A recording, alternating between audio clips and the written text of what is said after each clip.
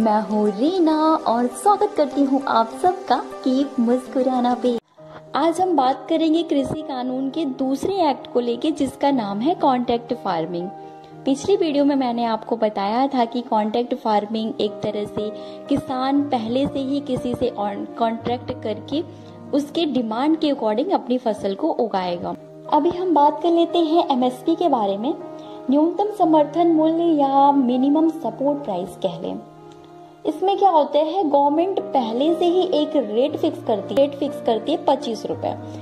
25 रुपए की बोलती है किसानों से गवर्नमेंट की 25 रुपए के ऊपर आप अपनी फसल को बेचिएगा।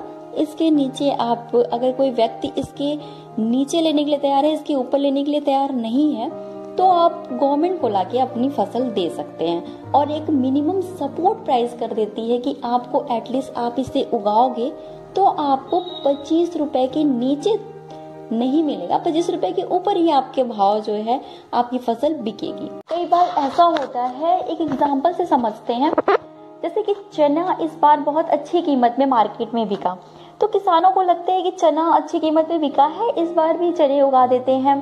तो वो क्या करेंगे, चने भरपूर उगा देंगे।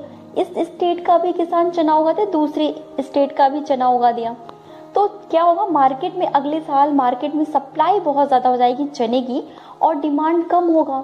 सप्लाई बहुत ज्यादा, डिमांड कम, तो रेट डाउन हो जाएगा। तो उस टाइम पे किसानों को घाटा होगा, किसानों को उचित दाम नहीं मिल पाएगा, उनकी मेहनत बेकार जाएगी। एक्चुअली किसानों को पता ही, डिमांड सप्लाई के खेल में पता ही नहीं होता है कि उनकी फसल किस रेट में बिकेगी। तो बेसिकली एमएसपी की मदद से गवर्नमेंट किसानों को इंश्योर करती है कि भैया आप चने उगाओ, और अगर मार्केट में बहुत ज्यादा कीमत गिर भी जाती है तो हम आपको उचित प्राइस देंगे। ये एमएसपी को जारी कौन करता है, तो ये सीएसीपी करता है, commission for agricultural cost and price. ये एक रेट फिक्स करता है जिसको सभी लोग मानते हैं। गवर्नमेंट एमएसपी पर किसानों से खरीदती है और उसको एफसीआई के थ्रू राशन कार्ड पर 2 रुपए में बेच देती है, और जो लंगर चल रहा है या स्कूलों में जो जाता है सब यहीं से जाता है। ये एक तरह से एफसीआई सरकारी गोदाम कह लें इसको। अब किसानों के पास ऑप्शन है, वो एफसीआई में सरकारी गोदाम में बेच सकता है, या फिर एपीएमसी में मंडी में बेच सकता है, या फिर किसी लाला बनिया को या जो अच्छा रेट दे रहा हो उसको बेच सकता है। किसानों के पास ऑप्शन हो जाता है तो वो पहले रेट पता करते हैं, एपीएमसी में क्या है, एफसीआई में क्या है। तो मंडी और सरकारी गोदाम में रेट पता करने के बाद अगर सरकारी गोदाम में उन्हें मंडी से ज्यादा मिल रहा है तो किसान अपनी फसल को लेके एफसीआई में जाता है, सरकारी गोदाम में जाता है, और वहाँ पे अधिकारी जो बैठे होते हैं वो कुछ बहाना बनाने लगते हैं, जैसे कि बोरी नहीं है कल आना, जगह नहीं है कल आना, या फिर आज बाबू नहीं आए हैं रहने दो कल आना, नहीं हो पाएगा। इस तरह कुछ बहाने बनाने लगते हैं। मतलब किसान को इतना टॉर्चर कर देते हैं कि किसान थक हार के मंडी में चला आता है उसी कम रेट पे बेचने के लिए, और वहां पे वो अपनी फसल को बेचता है।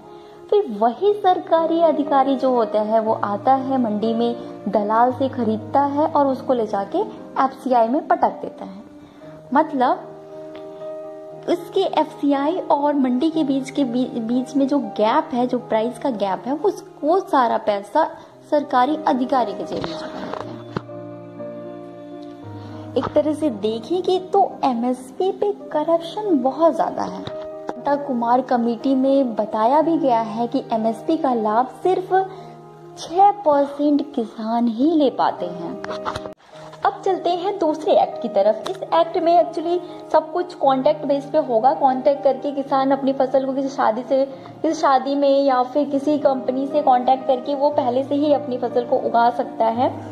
और इसमें एक्चुअली अगर कुछ दोनों में कुछ इश्यूज आते हैं, मतलब अगर कोई कंपनी कांटेक्ट कर रही है, वो अपनी कंपनी जो है वो बीज भी दे सकती है, अपने अकॉर्डिंग वो चेक के लिए भी भेज सकती है। तो अगर इन दोनों के बीच में कुछ इश्यूज आते हैं, लाइक किसी ने बोला कि मेरे पास पेमेंट नहीं पहुंचा, किसी ने बोला कि ये वो बीज है ही नहीं जो मैंने दिया था, या फिर किसी ने बोला, तो इस तरह की कुछ इश्यूज अगर आते हैं तो वो कहाँ पे अपनी बात रखेंगे। इसके लिए एक कॉन्सिलेशन बोर्ड बनाया जाएगा जहाँ पे वो अपनी बात रखेंगे, और अगर वहां से अगर कुछ सुनवाई नहीं होती है तो एसडीएम के पास जाएंगे, एसडीएम में भी नहीं होती है तो कलेक्टर के पास जाएंगे, और कलेक्टर के पास जो कलेक्टर ने बोल दिया वही मान लिया जाएगा, क्योंकि इसके बाद आगे नहीं जा सकते। वो सुप्रीम कोर्ट के पास कोई पावर नहीं होगा, सुप्रीम कोर्ट के पास किसान या फिर कंपनी नहीं जा सकती है, और इस पूरा पावर कलेक्टर के पास दे दिया। गवर्नमेंट ये कह रही है कोर्ट कचहरी से बचाने के, फिर उस सुनवाई में स्पॉन्सर की गलती होती है, लाइक जो कंपनी वाला है उसकी गलती होती है, तो जो भी एग्रीमेंट है उसका 1.5 गुना वो किसान को देगा। और किसी भी तरह से अगर किसान की गलती होती, किसान ने कुछ चालबाजी की है, तो उसमें क्या होगा कि किसान को कोई पेनाल्टी नहीं देनी पड़ेगी, लेकिन जितना खर्च स्पॉन्सर का होगा वो पूरा खर्च किसान को देना पड़ेगा। इस एक्ट से बेसिकली किसानों को डर किस बात का है? किसान कह रहे हैं कि कंपनियां शुरुआत में तो बहुत अच्छी प्राइस देगी, बट मार्केट है, इन्हें भी अपनी प्रॉफिट देखनी होगी, वो तो धीरे धीरे प्राइसेस कम होंगी और बाद में किसानों को बहुत ही कम में बोलेंगे और आसपास की मंडियां भी खत्म हो जाएंगी या बंद हो जाएंगी, तो किसानों को उतने अच्छे प्राइस नहीं मिल पाएंगे। किसानों का कहना है कि इस एक्ट के आ जाने से वो एक तरह से बंधुआ मजदूर की तरह काम करना पड़ेगा उन्हें, की कंपनी जो बोलेगी वही उन्हें उगाना पड़ेगा, वही करना पड़ेगा, उनके बीज को उतनी सेफ्टी के साथ देखना होगा। एक्ट के आ जाने से किसानों को ये भी डर है कि एग्रीमेंट हो चुका है और मार्केट में अगर प्राइसेस ज़्यादा हैं तो उस टाइम पे उस केस में उन्हें दिक्कत होगी, उन्हें कम प्राइसेस मिलेंगे, उन्हें घाटा होगा। अब बात कर लेते हैं किसानों की मांग क्या है। इस एक्ट को लेके किसानों की मांग है कि एमएसपी ना हटे। किसानों का कहना है कि एमएसपी को कॉन्ट्रैक्ट प्राइस के साथ जोड़ दें। जितना पैसा गवर्नमेंट इंश्योर कर रही है उतना प्राइस प्राइवेट वाले भी करें। ये बोल रहे हैं कि एमएसपी एक लीगल राइट हो जाना चाहिए। अब बात कर लेते हैं तीसरे एक्ट की, जिसका नाम है एसेंशियल कमोडिटी एक्ट। पिछले वीडियो में मैंने आपको बताया था कि कुछ नेसेसरी कमोडिटीज के जमाखोरी की वजह से एक एक्ट लाया गया था जिसमें कि आप एक लिमिट तक ही स्टोर कर सकते हैं वस्तुओं को। तो बेसिकली अभी क्या किया गया है इस एक्ट में कि वो लिमिट हटा दिया गया है। आप अनलिमिटेड कितना भी स्टोर कर सकते हैं। अगर आपकी कंट्री में आपदा और युद्ध की स्थिति नहीं है तो आप कितना भी स्टोर कर सकते हैं। गवर्नमेंट बता रही है कि इस एक्ट को लाने के पीछे एक्चुअली कुछ कंपनियां हैं जिनकी कैपेसिटी ज़्यादा प्रोड्यूस करने की होती है, लेकिन यह एक्ट होने से वो ज़्यादा प्रोड्यूस नहीं कर पाती हैं, तो उनके लिए ये बेनिफिशियल होगा।